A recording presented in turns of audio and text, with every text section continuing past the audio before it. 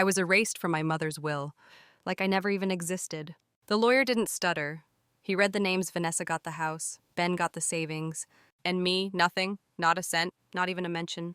They laughed, said I was just the adopted one, said I was never meant to have anything.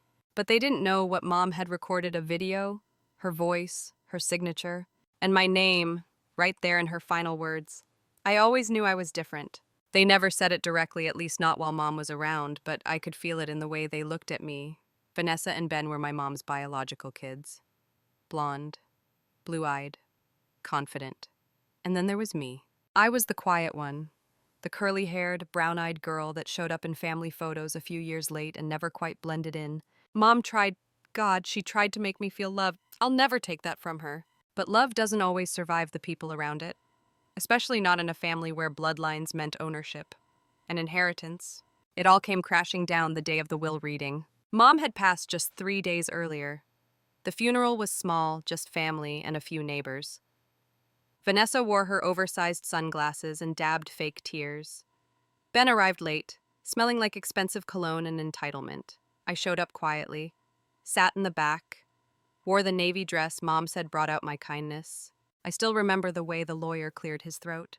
We were seated around the old oak table in his office. A brass lamp flickered. The air smelled like paper and forgotten justice. He began reading Mom's will. To my daughter, Vanessa Saunders, I leave the house at 312 Mason Street. Vanessa smirked. She leaned back, crossed her arms like it was hers all along. To my son, Benjamin Saunders, I leave all remaining bank accounts and stocks. Ben let out a low whistle, like he'd just hit the jackpot. And then there was silence. No third paragraph. No to Ellie, no mention, nothing. I looked up. Is that it? I asked, trying to keep my voice from trembling. The lawyer adjusted his glasses. That's the full document I was provided. Vanessa turned to me. Her smile was sharp as glass. Guess Mom finally admitted it, she said. You were never really one of us. Ben chuckled. Don't feel bad, Ellie. You were the family charity case.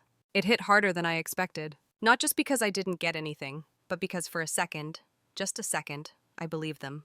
I stood up, heart pounding, and left the room. Outside, the cold Vermont air stung my cheeks. I couldn't breathe. Couldn't think. Just walked down Main Street, past the bakery Mom used to love, past the bookstore we visited every Saturday. I ended up at the old bridge by our house, the one with peeling paint and initials carved into the rails. There was a heart with M+D scratched into the wood Mom and Dad before he left. I sat on the edge, legs dangling, and let the tears fall. Had I really meant nothing to her? Was I just a placeholder in her life? But then I remembered something. Just a week before she died, Mom called me into her room. Her hands were frail, shaking as she reached for mine. You know I love you, right? She asked. I nodded. I know people talk, she whispered. I know they say things. But you're mine, Ellie. You're my girl. She had asked me to help her with her tablet. Said she wanted to record something. I thought it was a message for her hospice nurse. I hit the red button, set the camera up, and left the room. That moment came back to me like a flash of lightning. Could she have recorded something else? I rushed home, dug through the cloud account we used for her hospice files. It took hours, videos of her singing, old clips of the dog, grocery lists she dictated. And then I found it, dated 3 days before her death, a 4-minute video. I clicked. There she was, pale, weak, but her voice was steady. This is Margaret Saunders. If anything happens to me, I want this to be known. I am of sound mind. I understand this message may be used in court. She paused, took a breath. I leave the house at 312 Mason Street to my daughter, Ellie Saunders, my daughter. Not by blood, but by heart. She's the one who stayed, the one who loved me when I didn't deserve it. I dropped the tablet, my breath caught in my chest. She had recorded a testament, on video, clear, with her full name, address, purpose. And then, at the end, she reached for a stylus. She scrawled her name across the screen, signed, Margaret Saunders, April 5th. It wasn't just a goodbye, it was a weapon, and I planned to use it. I didn't sleep that night. I kept watching the video over and over again, Mom's face, her voice, the way her eyes softened when she said my name. Ellie, not adopted daughter, not ward of the court, just Ellie, her daughter. That morning, I printed out screenshots, made 3 backups, uploaded it to 4 different drives. I even emailed it to myself. I wasn't going to lose this. I knew Vanessa and Ben. I knew what they were capable of. They would call it fake. They would say it was doctored.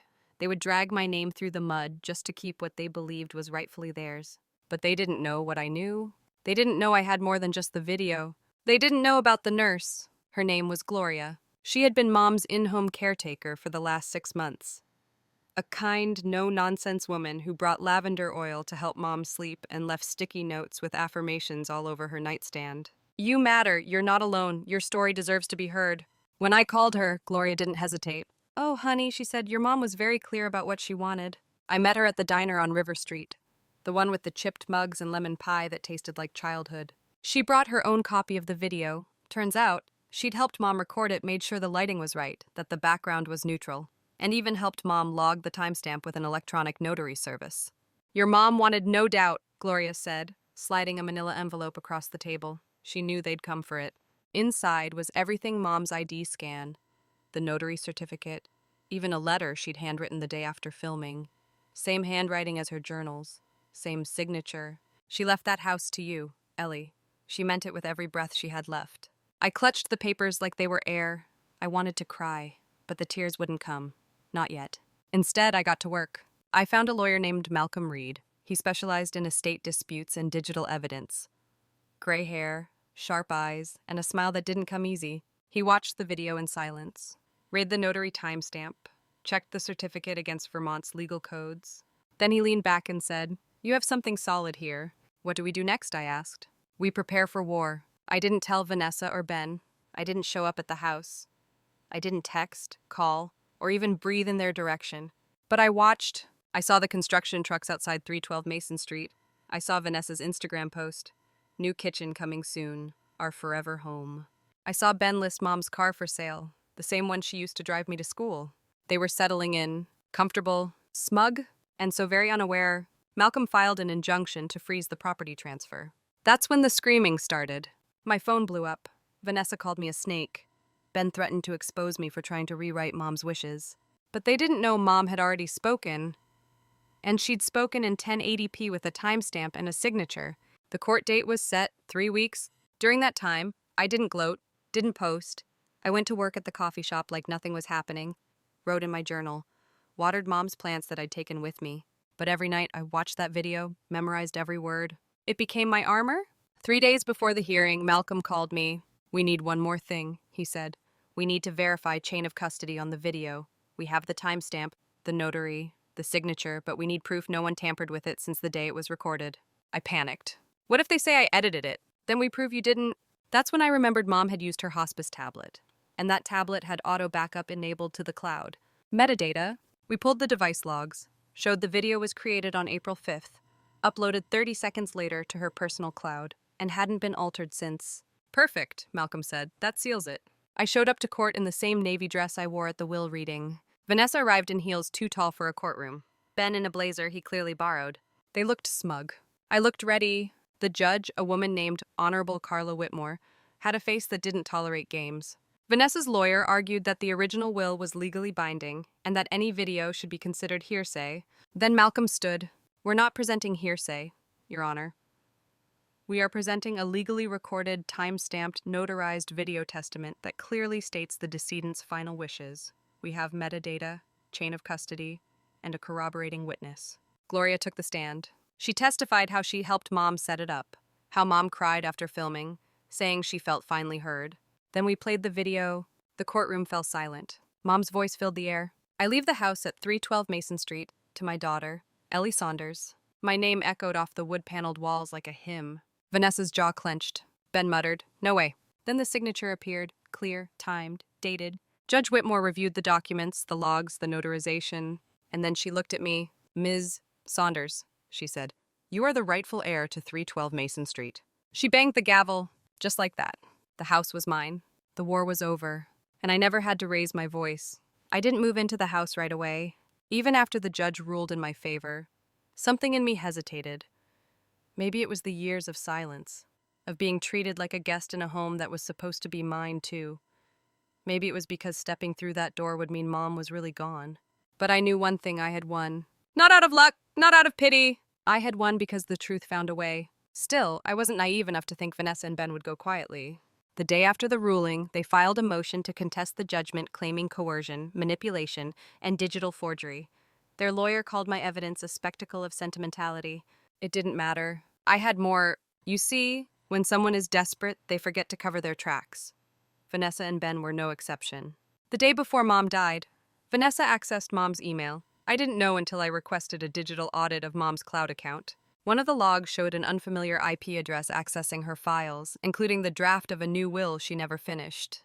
The name on the access request, Vanessa Saunders. Malcolm nearly spit out his coffee when I showed him. "This is gold," he said. They tried to delete competing evidence and left fingerprints. But that wasn't all. Remember the tablet and the one Mom used to record the video?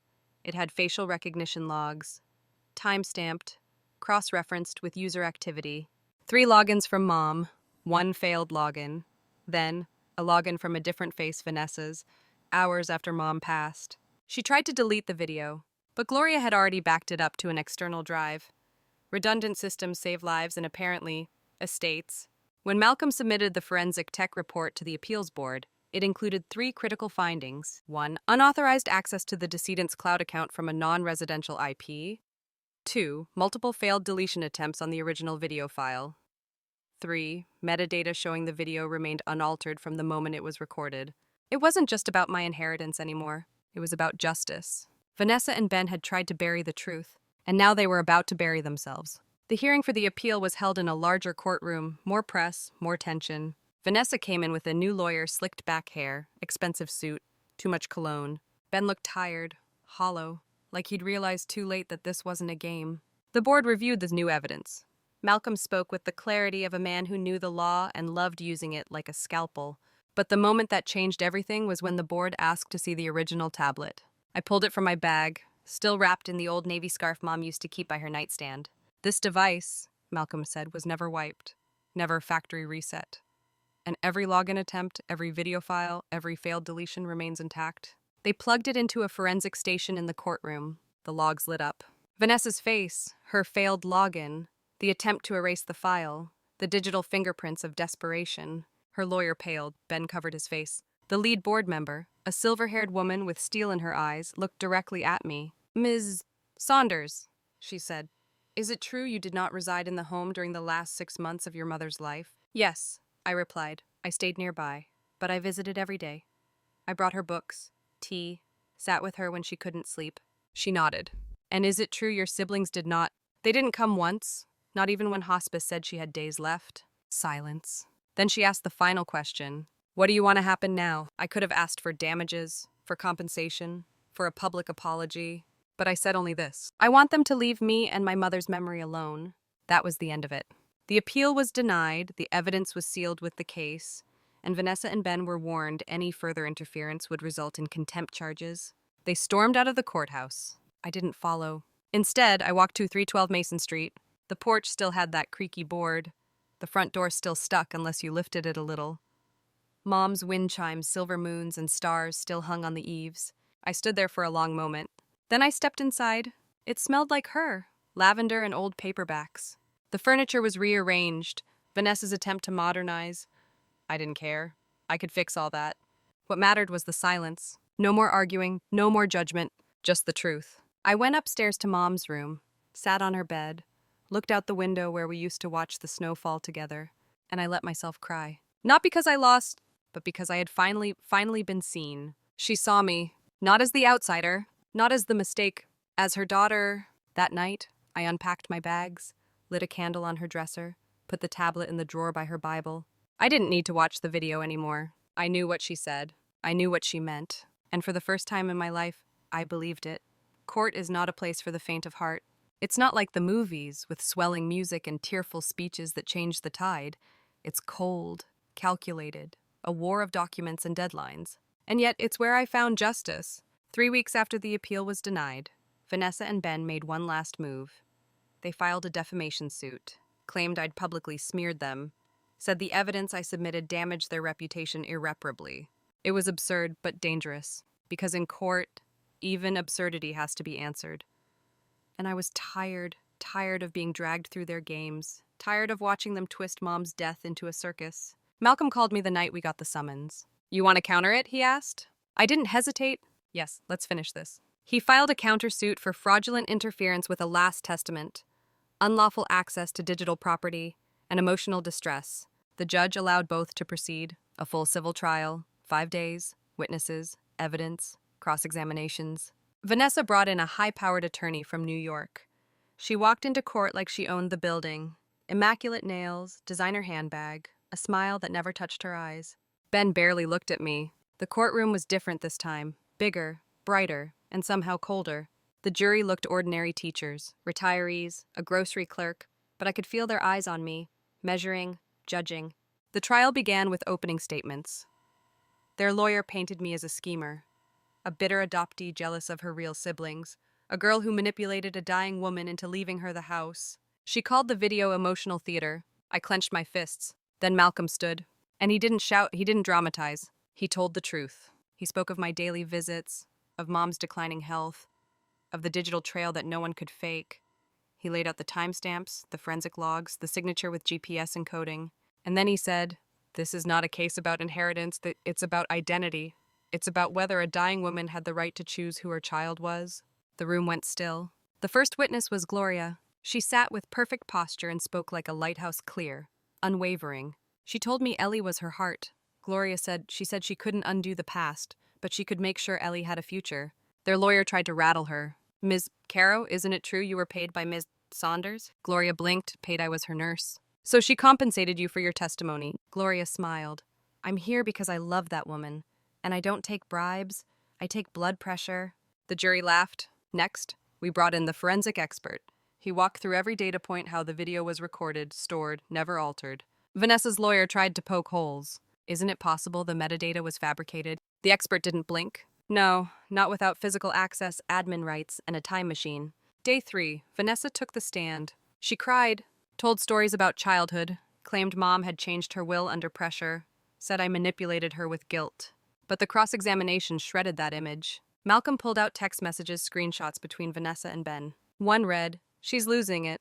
I can probably get her to sign anything." Another, "If we get out of the house, I'll split it 60-40. The jury gasped. Vanessa stammered. Her lawyer objected, overruled. Ben refused to testify. Smart move. Closing arguments came on day 5. Their lawyer went first. She tried to reset the narrative, said family disputes were messy, said memory was fragile, said I was confused. Then Malcolm stood. He looked at the jury like they were old friends. "You've heard the recordings. You've seen the logs. You've read the messages. Ask yourself who was there at the end, who stood by her, and who tried to erase her last words." He paused. Then he said, "Ellie Saunders isn't here to steal a house. She's here to defend her mother's voice." The jury deliberated for 3 hours. I sat alone in the hallway, watching a vending machine blink. When the bailiff called us back in, my heart nearly stopped. The foreman stood. "In the matter of defamation," he said, "we find for the defendant, Ellie Saunders." My chest tightened. "In the matter of fraudulent interference and emotional harm, we find for the plaintiff, Ellie Saunders." Damages awarded $275,000. I didn't hear anything after that. The room faded. I had won again, but this time it wasn't just legal. It was moral. It was final. Outside the courthouse, reporters waited, cameras, microphones. I didn't stop. I walked down the steps, past the fountains, into the spring air. I could hear Mom's voice in my mind. "Let them talk. Truth doesn't need a loudspeaker." That night, I returned to 312 Mason Street, lit the fireplace, opened her favorite book, Little Women, and for the first time in months, I slept through the night because the house was mine. But more than that, the story was finally mine too. The silence in the house was different now. Before, it had been thick like grief, like abandonment. But now, it was gentle. It felt like permission to breathe.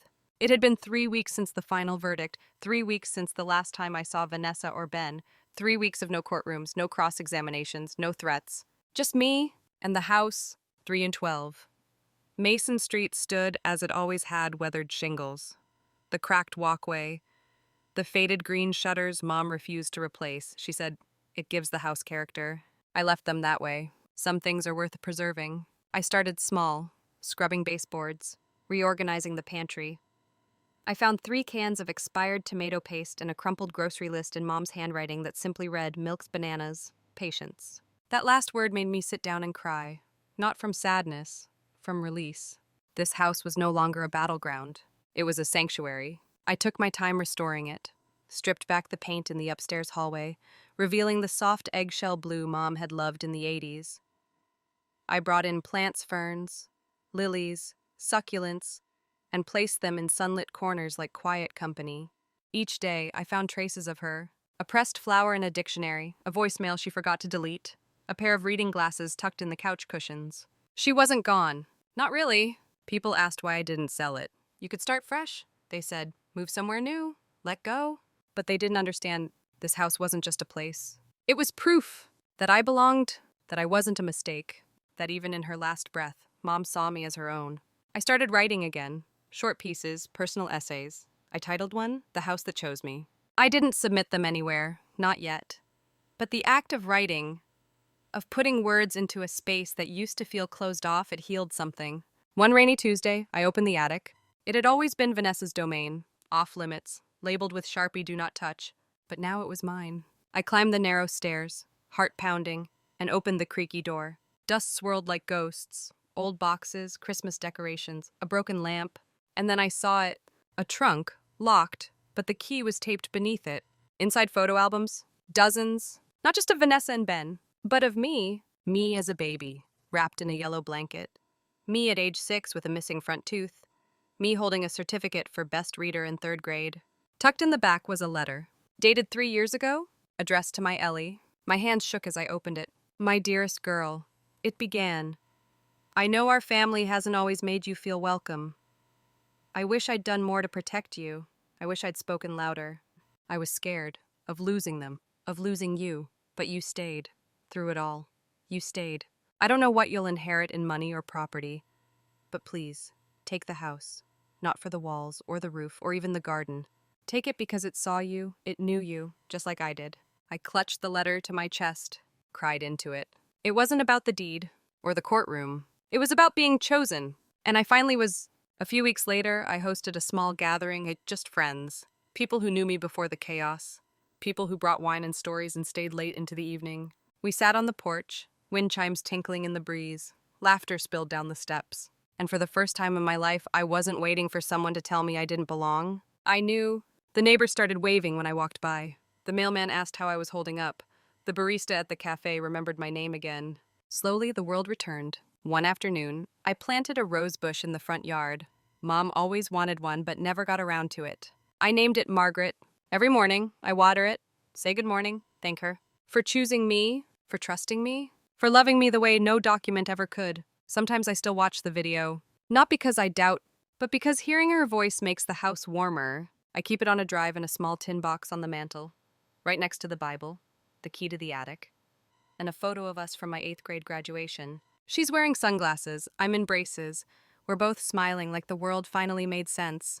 The story doesn't end with a gavel. It ends with light through the kitchen window, with tea steeping on the stove, with lavender in the drawer, and peace in the heart of a girl who was always a daughter whether anyone else believed it or not.